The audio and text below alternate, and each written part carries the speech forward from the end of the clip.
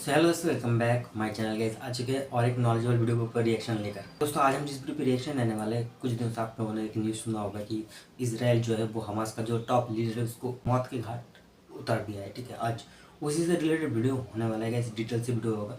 And तक देखना, आप लोग को बहुत कुछ सुनने को या फिर जानने को मिल जाएगा इस वीडियो में। स्टडी IQ का वीडियो है, आप लोग को ओरिजिनल वीडियो का लिंक मिल जाएगा in the description. So let's start this video. नमस्कार and welcome you all to study IQ। मैं हूं प्रशांत धवन और इस वीडियो में हम बात करने वाले हैं एक बहुत ही ज्यादा इंपॉर्टेंट टॉपिक के बारे में। पूरी दुनिया डिस्कस कर रही है आज के समय कि किस तरीके से हमास के लीडर को ईरान की कैपिटल में मार दिया गया और ईरान कुछ भी नहीं कर पाया। अगेन जो ये सब कुछ हुआ है, ये पूरा इवेंट बाय द वे मैंने इस वीडियो में किया है कवर। ऑलमोस्ट मिलियन व्यूज हो चुके हैं इसके, ये देखना चाहें आप देख सकते हैं। मगर कितनी अजीब बात है, आप सोच कर देखिए। हमास का लीडर हानिए ये ईरान की कैपिटल में खड़ा है। इजराइल का, या फिर अगेन मुझे यहां पर ये बोलना पड़ेगा, एक खास कंट्री का F-35 फाइटर जेट आता है, मिसाइल मार के चला जाता है। हमास का लीडर अपने बॉडीगार्ड्स के साथ मारा जाता है एंड ईरान कुछ भी नहीं कर पाता।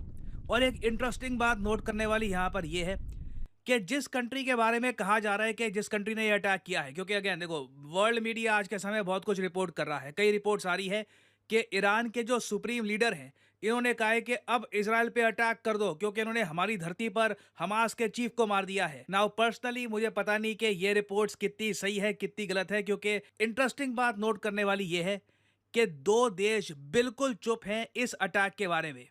इजराइल बिल्कुल साइलेंट है। आप बात नोट करिएगा, इजराइल की तरफ से एक भी स्टेटमेंट नहीं आई कि हाँ हमने ये सब किया है। Israel is completely silent. दूसरी तरफ आप एक और बात नोट करना, इंडिया भी बिल्कुल चुप है। India has maintained complete silence. जबकि मुझे यहां पर एक बात बोलना पड़ेगा, हमेशा कंपेयर करो कि बाकी कंट्रीज क्या कह रही हैं, बाकी कंट्रीज की तरफ से क्या स्टेटमेंट्स आ रही है, उसके कंपैरिजन में इंडिया का साइलेंस आपको और इंटरेस्टिंग लगेगा। रशिया ने कड़े शब्दों में निंदा करी है इस अटैक की। अगेन रशिया ने भी ये नहीं कहा कि इजराइल ने ये किया है, क्योंकि अभी भी ना, इसका सिंस मतलब इजराइल इसलिए ने ये इस अभी तक अटैक को श्योरिटी नहीं है क्लेम नहीं गाइस। किया, अब तो एक आप कह लो उछाला है हम इसराइल के ओपनली नाम कह पे। नहीं अब सकते देखते हैं पूरा कि डिटेल्स। हमास के चीफ को इजराइल ने ही मारा है।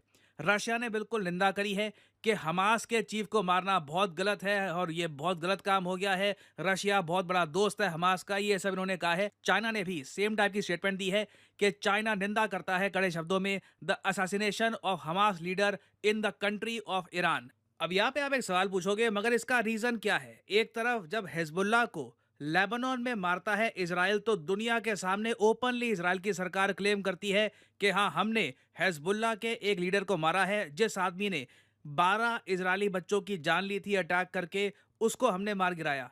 मगर इस पर्टिकुलर केस में हमास के लीडर को इजराइल मारता है। पूरी दुनिया कह रही है, वर्ल्ड मीडिया कह रहा है कि इजराइल ने यह करके दिखा दिया। उनका F-35 फाइटर जेट, जो स्टेल्थ फाइटर जेट है, इसने ईरान के एयर डिफेंस सिस्टम को चकमा दे दिया। ये एक मिसाइल मार के आ गया और ईरान कुछ नहीं कर पाया। मगर इजराइल चुप है। वाई? देखिए, यहाँ पे कंपल्शन है।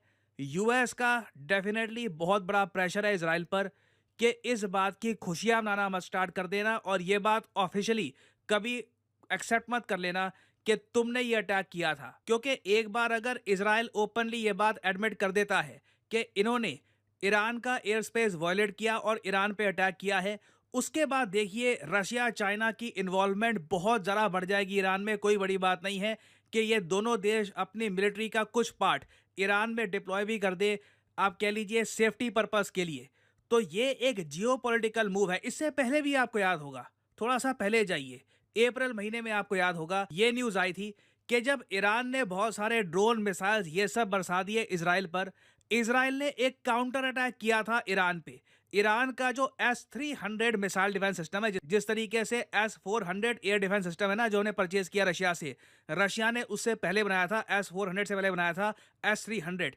S-300 ईरान, सीरिया समेत कई कंट्रीज हैं ये यूज करती हैं। इजराइल ने अपना F-35 फाइटर जेट भेजा और ईरान का जो ये S-300 एयर डिफेंस सिस्टम है, इसको ये लोग डिस्ट्रॉय करके आए। बट ये बात इजराइल ने कभी भी ओपनली एक्सेप्ट नहीं करी, क्योंकि जैसे ही इजराइल ये बात ओपनली एक्सेप्ट करता है, इससे जियोपॉलिटिकल प्रॉब्लम्स और ज़रा बढ़ जाएंगी और रशिया और चाइना यूएस और इजराइल को यूएन में और जगह प्रॉपरली अटैक कर पाएंगे।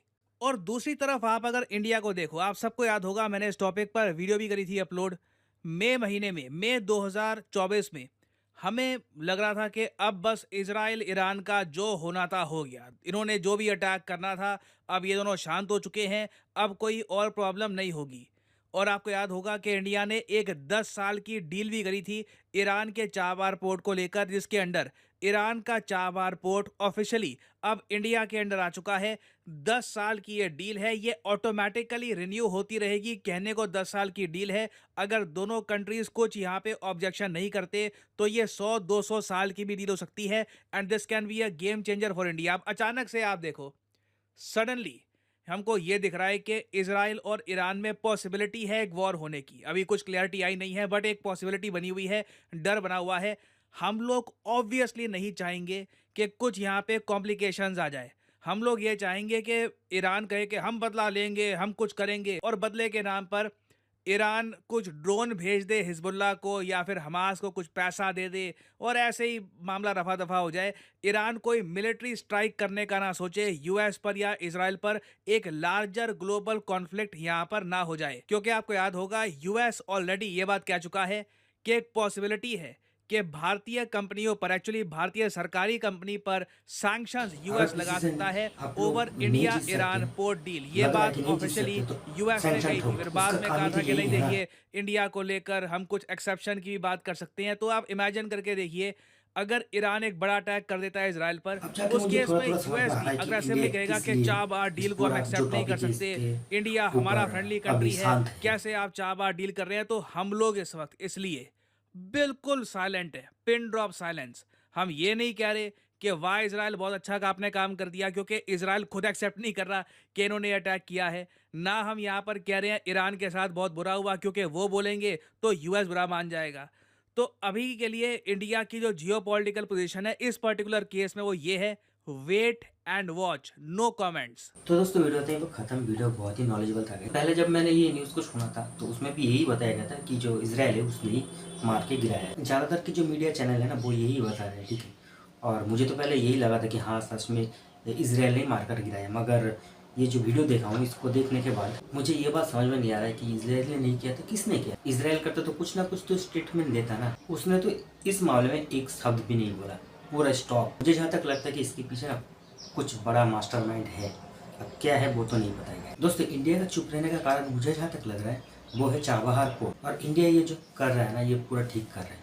देखिए दोनों के बीच की लड़ाई में हम खुद अपने पैर पे कुल्हाड़ी क्यों मारे हुए हैं। इजराइल भी हमारा दोस्त है और ईरान भी, तो फिर दोनों के चक्कर में अगर किसी एक को हम समझाने जाए तो दूसरा बुरा मान जाएगा। इससे अच्छा उन दोनों के बीच में ना जाया जाए, और वही काम इंडिया कर रहा है। और मुझे जहाँ तक लगता है कि इंडिया ये जो काम कर रहा है ये पूरा 100% सही कर रहा है। और ये जो पूरा कांड हो रहा है ना अभी, इसको कहते हैं जियो पॉलिटिक्स। दोस्तों ओवरऑल वीडियो तो मुझे बहुत ही अच्छा लगा, बहुत कुछ जानने को भी मिला वीडियो से, जो कुछ मुझे पहले पता नहीं था। और इस वीडियो के बारे में आप लोगों का क्या राय है वो आप लोग कमेंट में जाकर बता सकते हो। अगर अच्छा लगे तो वीडियो को लाइक कर देना, शेयर कर देना, और उसके साथ साथ हमारे चैनल को भी सब्सक्राइब कर लेना। तो दोस्तों मिलते हैं इसी तरह और भी नॉलेजेबल टॉपिक को लेकर नेक्स्ट वीडियो में। तब तक के लिए जय हिंद, जय भारत।